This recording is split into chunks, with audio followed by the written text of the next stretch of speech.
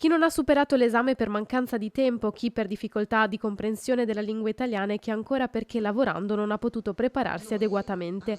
Per la prima volta la Regione del Veneto ha introdotto la possibilità di svolgere sessioni di recupero per i corsisti che non hanno superato la prova di esame di qualifica per diventare operatori sociosanitari, figura professionale essenziale nel comparto della sanità e dei servizi alla persona di cui il mercato è carente, motivo per cui la Regione ha deciso di cambiare il modello di reclutamento. Per non buttare via il capitale umano, che è la cosa più preziosa. La seconda perché i corsi di formazione sono tanti, costosi, impegnativi, molte ore, e perché qualcuno può avere fallito per emozione, perché non aveva approfondito una cosa ed un'altra. Allora per una sola volta, quindi si dà la possibilità di recuperare, una specie di esame di recupero, noi proponiamo questo in modo che quel tanto fabbisogno di mercato del lavoro possa essere assorbito. Un mercato del lavoro in forte difficoltà. Nella Marca sono circa un centinaio le figure professionali che mancano, di più se si stende lo sguardo anche alle RSA, alle comunità e ai lavori di assistenza domiciliare e scolastica.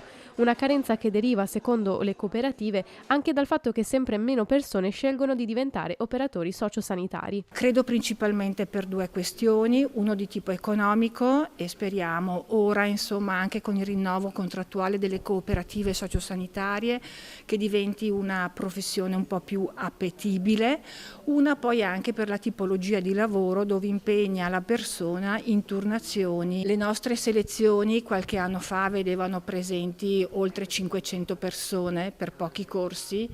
Oggi riusciamo a malapena ad averne 35 per poterne ammettere 30. Dopo aver cambiato il modello di programmazione tra il 2021 e il 2022 si è deciso di prevedere 3 sessioni di recupero all'anno, febbraio, giugno e ottobre, a cui si possono iscrivere i candidati che nei 24 mesi precedenti non hanno superato l'esame di qualifica. All'esame di recupero a cui hanno partecipato 32 candidati, 2/3 hanno superato la prova scritta e orale, ottenendo così il titolo necessario per esercitare la professione. Con la Regione dovremmo far squadra proprio per valorizzare quelle persone che sceglieranno nel loro futuro professionale di fare l'operatore sociosanitario.